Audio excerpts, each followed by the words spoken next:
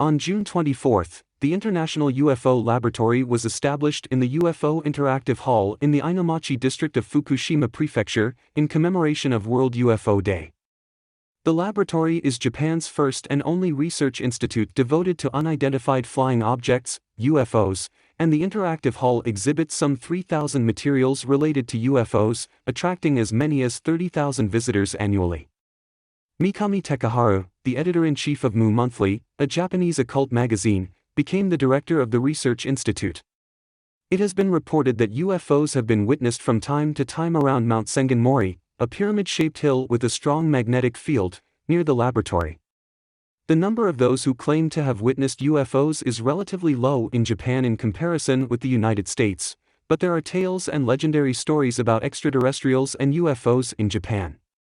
One of the oldest stories is the tale of the bamboo cutter, Taketori Monogatari, also known as the Shining Princess, Kagaya-hime, by an unknown author, created in the early stage of the Heian period, 7941-185. According to the story, an old bamboo cutter found a baby girl, Princess Kagaya, inside a shining bamboo stalk. She grows up to be a mysteriously beautiful woman.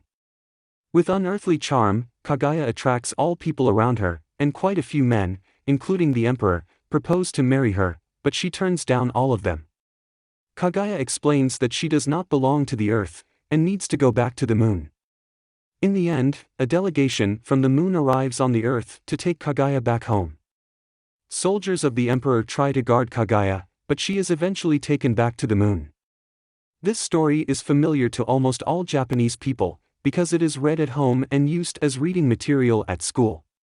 Moreover, the story was made into the animated film, The Tale of the Princess Kagaya, by Studio Ghibli, and a lunar orbit injection maneuver, Kagaya, Selene, launched by the Japan Aerospace Exploration Agency, JAXA, was named after the extraterrestrial princess.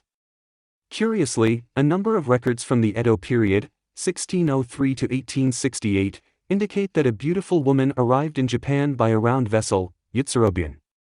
It is logical to consider that the story must have been inspired by an arrival of a foreign ship, but somehow the shape of the vessel is similar to a classic flying saucer. Although many Japanese people are skeptical about the existence of UFOs or aliens and most published records are scientifically dubious, it is surprising to note that Horikoshi Jiro, who designed the famous Japanese Zero fighter, used in the Asia-Pacific War, researched the mechanism of flying saucers from the perspective of aeronautical technology. Notably, Horikoshi drafted an unpublished research paper on flying saucers, and it is inferred that the paper was written after the UFO sighting by Kenneth Arnold on June 24, 1947. UFO sightings around the globe have continuously fascinated many people in Japan, and a Japanese game company, Taito, developed the classic video game, Space Invaders. Since the arrival of UFOs might be a possible threat to the peace and security of Japan, Japanese lawmakers have occasionally discussed the topic at the Diet.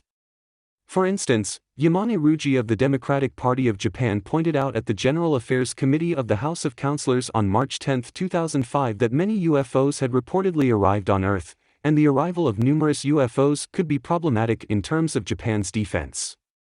In response to a question from Yamane, then Foreign Minister Aso Taro replied that he had never witnessed any UFOs, but said his mother had told him with excitement that she witnessed them. Diplomat Brief.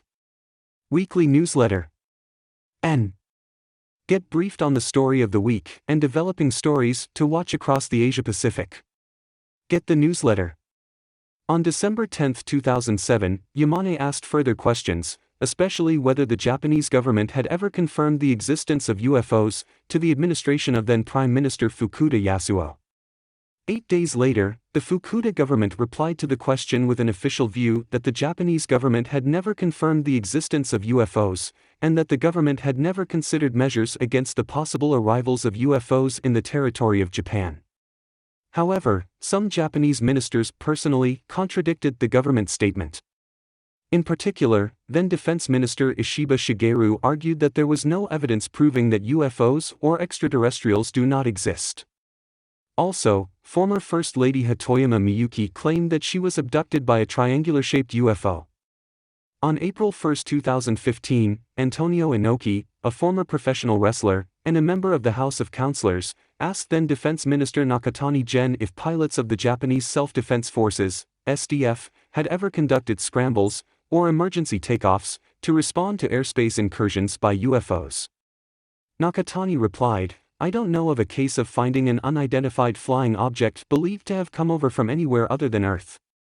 Osaka Seiji, a lawmaker of the House of Representatives who belongs to the Constitutional Democratic Party of Japan, asked several questions regarding Japan's security policy to the Abe administration on February 16, 2018. Specifically, Osaka asked if the language regarding an armed attack situation or a survival-threatening situation as stipulated in the peace and security legislation could be applied to possible attacks by UFOs. Osaka moreover asked if Japan should exercise the right to collective self-defense to protect U.S. forces in the event of possible armed attacks by UFOs. 11 days later, the Abe administration expressed an official statement that the government had never recognized the existence of UFOs and had never formulated necessary measures against the arrival of UFOs.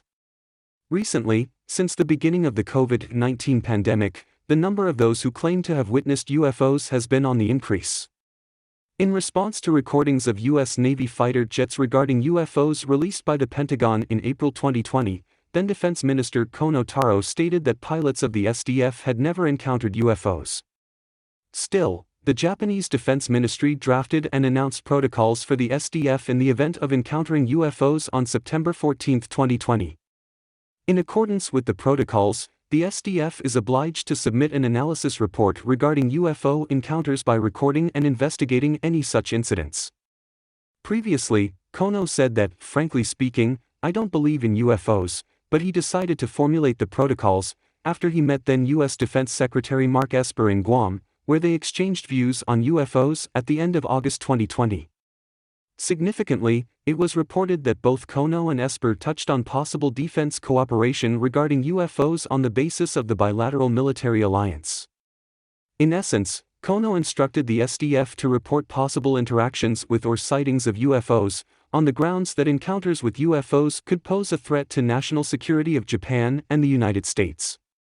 Although Japan formulated protocols for UFO encounters, the procedures are within the current legal framework to deal with airspace incursion by foreign military aircraft.